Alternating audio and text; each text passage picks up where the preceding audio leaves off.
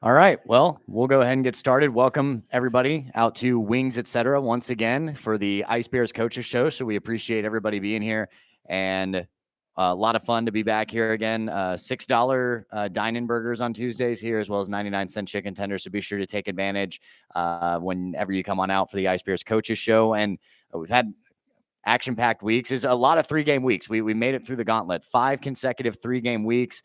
For those who don't know me, my name's Joel Silverberg with the Knoxville Ice Bears. This is our head coach, John Gurskis. So, Johnny, appreciate you being out again. Appreciate Wings, etc., for hosting us as they have all season long. But how good is it going to feel, I guess? I know everybody, you're used to playing games at this point, but 5 consecutive 3-game weeks, 15 games in that span. You finally get a little bit more of a structured schedule, getting back to the Friday, Saturday 2-game weekends. Does it come as a little bit of a relief, especially with the positive results that your team's had recently? Yeah, yes and no. I think it's good in a way to get on the road, get the guys away from Knoxville, and experience other buildings. And obviously it's no fun when our bus breaks down, right? But it's not a bad thing. But yeah, it certainly would be good coming back home and playing in front of our fans and at the Coliseum on Friday.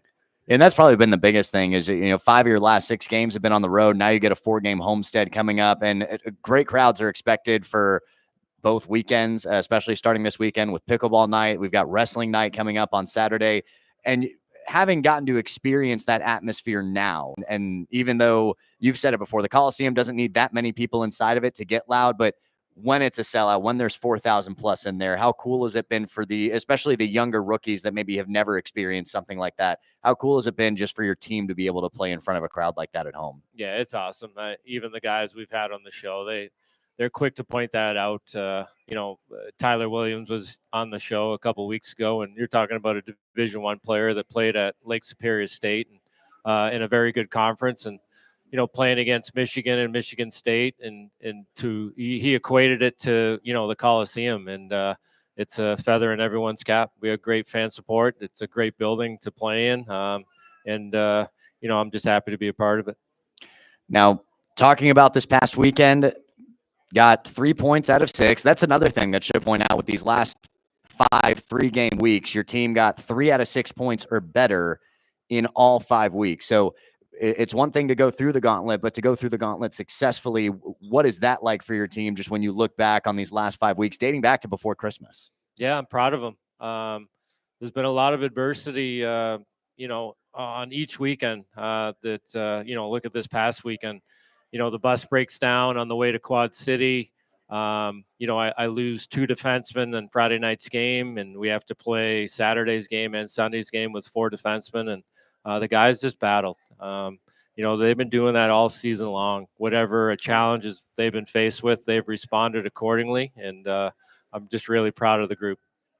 And you've been in so many situations like that where you've had that sort of response that's led to Lucas Helen having to go back on the blue line and instead of moving up from forward. You've had several guys rotating on the IR. Guys have been healthy / non-healthy scratches without having to go on injured reserve. But what do you attribute that resiliency to from your locker room when it just seems like every other weekend there's something that comes up that presents a new challenge for your team? It seems like, especially over the last 2 months straight, they've just done a great job at responding to those challenges. It's just a testament to the guys in the room. They're all character guys. Even our rookies are just good people. And, it starts with our leader, Jimmy Soper, our captain.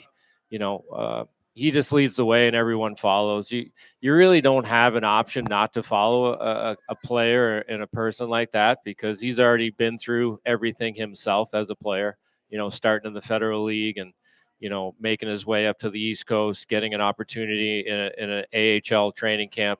So when he talks in the locker room, everyone listens, and it's easy to trust a guy like that. And obviously, we've adopted the next man up philosophy. I stole that from Bill Belichick. Like, I'm a big Boston sports fan, obviously growing up there, and the Patriots, are a dynasty, and their mantra was always next man up. And we've adopted that, and so far we've been successful with it, and hopefully it'll continue, because we're shorthanded again this weekend, and we're going to be looking for the next man up. You mentioned the two defensemen that you lost from Friday's game. You played without Kevin Lastman and Dalton Skelly Saturday and Sunday. What can you tell us about their status as of now? Yeah, both are pretty much day to day.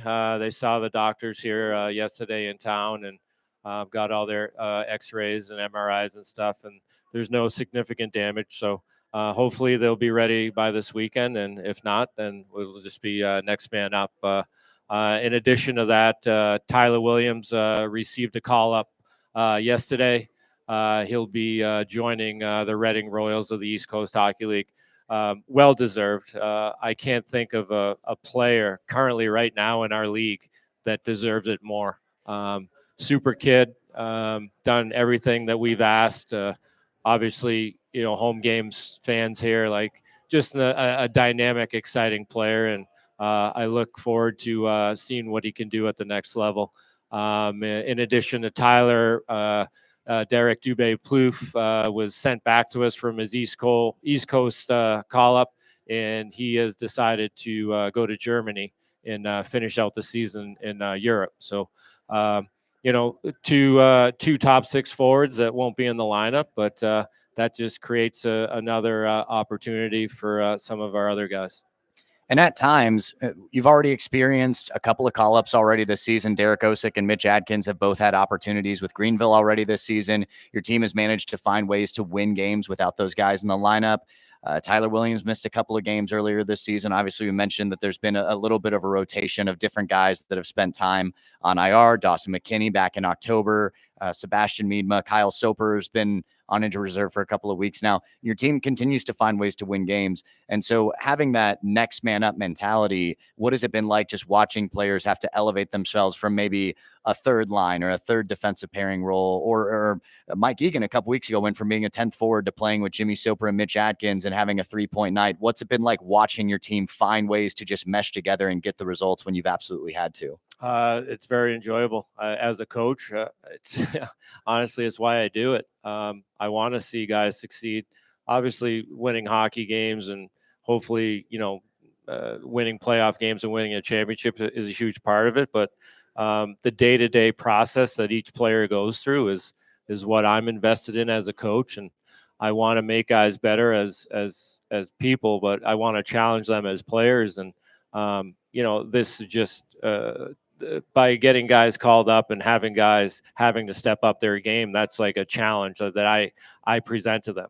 Hey, look, I know you haven't received a lot of ice time lately, but guess what? Come Friday night, I'm going to put you in a situation where instead of playing 15 minutes a game, you're gonna play 20 or 22, and instead of not being on the power play, you're going to be on the power play. And it's an opportunity for guys to step into a role that this is what they want to do. This is the situation that they want to be in, and to their credit, for the most part, everyone has responded when put in that situation. And I don't think anything's going to change. I think this weekend it'll just be continue. We're playing. Huntsville's coming in. They're a good hockey club. We haven't seen them in 2 months now. Yep. We only played them one time, but they have a good roster, and for my money, they probably have the best forward group in the league right now as it stands. And it'll be a challenge for us, but we just went on the road and played against two very good hockey teams in Quad City and Peoria, and the guys responded. So I don't think that's going to change. Going into that game on Sunday, you dropped the home game the previous Sunday against Birmingham, battled your way back from a 3-goal deficit, had two really good games against Quad City, had a couple of leads there late, ended up coming away with just 1 point. What was the message in the locker room like after that Saturday night loss when it kind of happened 3 games in a row where you had a third period lead and ended up on the losing end? Yeah, I didn't say much after the game Saturday. It was a tough loss. Anytime you have a lead in the third period and you end up losing, it creates a sour taste in your mouth. But I can't fault the guys' effort. Yeah, mistakes are made, and I obviously wasn't happy, but we went into that game with 4 defensemen, and we got out to a lead. And I think a huge part of our downfall in the third period was fatigue. Carson Vance, checking his numbers yesterday over the weekend, he played over 30 minutes all 3 games. Sunday afternoon in Peoria, he played 37 minutes. That's a lot to ask in a 3-game weekend with travel. So it's hard for me as a coach to come in and throw a tantrum, and I don't do that anyways, but to really, yell at someone after or yell at the team collectively, even though I know that they gave their all in that game. It's not like I came in and, you were lazy on the back check or you should have blocked that shot. They did everything that I asked. And, credit to Quad City too. They were on a bit of a heater. I think they won 5 in a row, and they're not an easy team to play against, especially at home. Leaf Matson, their best player, and for my money, probably even the best player in the league. He can play the game. He doesn't, jump off the sheet in terms of like his skill set, but he just understands the game and he makes all those sneaky good plays that may go unnoticed to a fan. But as a coach, I respect his game immensely, and he got behind us a couple times in the third, and ultimately he was able to put one by our goalie. But at the end of the day, I waited until Sunday, and I challenged the guys. Like we checked into the hotel in Peoria at 2 a.m. and as luck would have it, the power goes out and the heat goes out and there's no hot water in the showers and it wasn't good. And I don't know if, the forecast here was pretty chilly, so you can only imagine what the weather was like in Peoria. But guys were all bundled up in their bed in the hotel room, including myself. So I think it took halfway through the first period for guys to defrost. I know my feet were pretty cold until halfway through the game, but that's just the type of adversity that fans don't see and really nobody knows about. But the guys just dealt with it internally, and I challenged them as a group, and I can't say that first period was good, but credit to Taylor Joseph. I challenged him on a personal level. I said, look, we really need you. Sunday games on a 3-on-3 weekend usually come down to what goalie plays best because both teams are fatigued, and scoring chances are going to happen in that situation when you have two fatigued teams playing. And Taylor made some really good saves early on, and we gained some confidence as the game went on, and obviously we had a great third period, and went to a shootout again. We must lead the league in shootouts, right? It seems we like that lead the league in all post-regulation category, most overtime games, most shootout games. Yeah. So that makes sense. So the fans are getting their money's worth, hey? And it's exciting. It's exciting to play in. It's exciting to coach in. And, I've said this many times, I'm a fan too. And, I obviously love when we do well, but, I love when we're playing at our best because it's really fun to watch and it's really an entertaining group. Yeah, actually, the statistic is you've played 33 games so far this year. 11 of them have gone to overtime or longer. Literally a third of your games this season have gone to overtime, and now 5 have gone to a shootout. So what I guess is what's the biggest takeaway for a team that plays so many post-regulation games over the course of the year? Does it help with conditioning because you're playing a little bit longer? Does it help you understand how to play in tough situations? What would you say is maybe the biggest benefit to playing all of those overtime games? I think it's just the confidence to play in a 1-goal game. That's hard to teach. You just have to experience that as a player. There's no drill you can do in practice. There's no speech I can give. It's just a matter of being in that situation time and time again, and then for us to have some close fought games, like even some of the games that haven't gone into overtime. Even if you look at the last 6 games, the last 2 weeks, every one of those games was close. We go back to the Fayetteville weekend. Last Friday night, we lost 2-0. Ryan Kenny stood on his head. The next night, we win in overtime. Sunday, we go down 3-0 early on. We fight back. We lose that in overtime. And then these all 3 games this past weekend. If you look at those games individually, there's a bounce or two that could go either way. And, we could have lost all 6 of those games, or we could have won all 6 of those games. And that's how close they were. But as a player, when you're in that situation time and time again, you start to get comfortable in being in that situation. And I think that's the biggest thing to take away, just being involved in those close, tight checking games where, any mistake could cost the game. And our guys have responded, and I think that's a feather in all their caps. And it almost seemed like they got so comfortable on Sunday. Jason Branchaw scores the game-winning goal in the bottom of the 5th round of the shootout. He was back at center ice before anybody else left the bed. Did you guys still think? Did you guys think you had shot first or something? It seems like every time we go to a shootout, the whole bench goes. So I'm like, all right, who's the next shooter? And I didn't even realize we won. I lost track. But I think Branchy was the only one that knew, because I saw your video that you posted, and he's like, I already celebrating, and half the guys on the bench are just drinking water, waiting for the next shooter.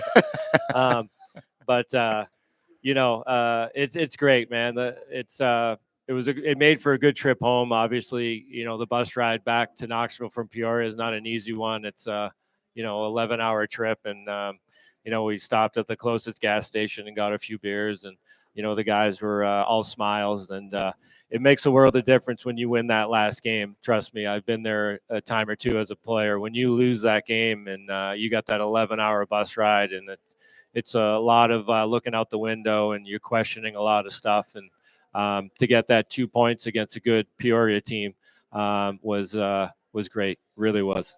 And we can talk obviously a lot about the mental and emotional side of Sunday's game, obviously, but anytime you beat the defending champs in their barn is always going to be very special. But from an X's and O's standpoint, Peoria limited you to 3 shots on goal in the first period, just 8 shots on goal in the second. So you go into the third with just 11 shots on goal. What did you think about the way that your team played outside of the final score? What were you seeing on the ice? Just both the positives and the negatives from what you liked and disliked. Yeah, I mentioned that in the pregame. I said it's not going to be pretty. I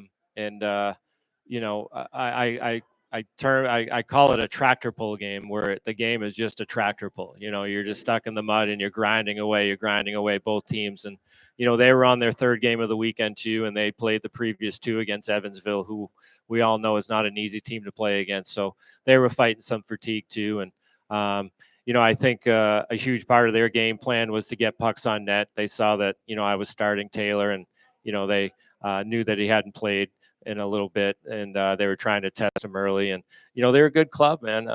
Whether it was the first game of the weekend or a 3rd game of the weekend, they're defending champs for a reason. They're a good team, and they come at you in waves. And, the guys responded, and, luckily we got, some good shot blocks. Some guys were really contributing on the back end.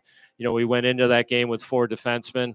I made it a point to tell the guys to kind of eliminate the odd man rushes and really, buy into a defense first philosophy. And that really tied into, our lack of offense, because, normally we get our D activated and they're joining the rush, and, we didn't have Skelly in the lineup, and he's a huge part of our offense. And, Carson, I knew he was going to have to play 30 minutes. So I kind of told him, hey, tighten up the reins a bit and just play defense. And I think that led to just not an offensive showing that we're accustomed to, but, credit to them. They bought in, and Taylor Joseph made some great saves early on. If he doesn't make those saves and they jump out to, 2-3, 4-0 lead, whatever it is, I don't think we're coming back. And he made some saves early on, and the bench and the group collectively just became confident as the game wore on, and we got a lot better. And luckily he came away with the 2 points. And he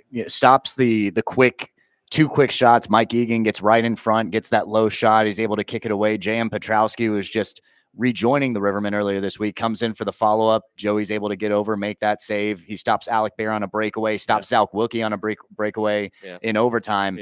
And, so you mentioned Taylor Joseph obviously having to make those saves, and we often see, okay, the backup goalie's in, everybody's going to contribute and play defense. Peoria still got their grade A's, and they're a good team. That's to be expected. And so to see Joey respond in that sort of moment, what sort of confidence does that give you as a coach, just knowing that you've got 2 goalies that can go out and get you wins on a given night? Yeah, both, man. Just super guys, obviously good goalies. And, I'm just happy that I have an opportunity to coach them. Just 2 really good people. And I'm very proud of Joey, because he obviously would like to play more, but the games that I put him in, he's responded, and really likable guy, and the guys really enjoy playing in front of him. And when he gets his opportunity, I know man for man in our locker room that they give a little extra, and that's to take nothing away from Dinger. Obviously, we're going to play hard for him too, but that's just a testament to the group, the chemistry that's in that room right now. It's hard to you can't manufacture that. It just kind of takes on a life of its own, and I didn't really have anything to do with it. It's just the people that I have in the room. It's and you've been around the game long enough. It just kind of happens and takes on a life of its own. And when you're a part of that as a coach, it's I have a lot of pride because I had something to do with it. But truthfully, it's really just about them in the room, and the fact that they can rally behind their teammate like that, it's great, and I love to see it. The third period, you're down 2-1 after the quick goals by Peoria in the second. You have the early power play that bleeds over into the third period. You don't get a shot on goal. Then you get the 5-minute major. I think you had 3 total shots on goal during that time. Obviously,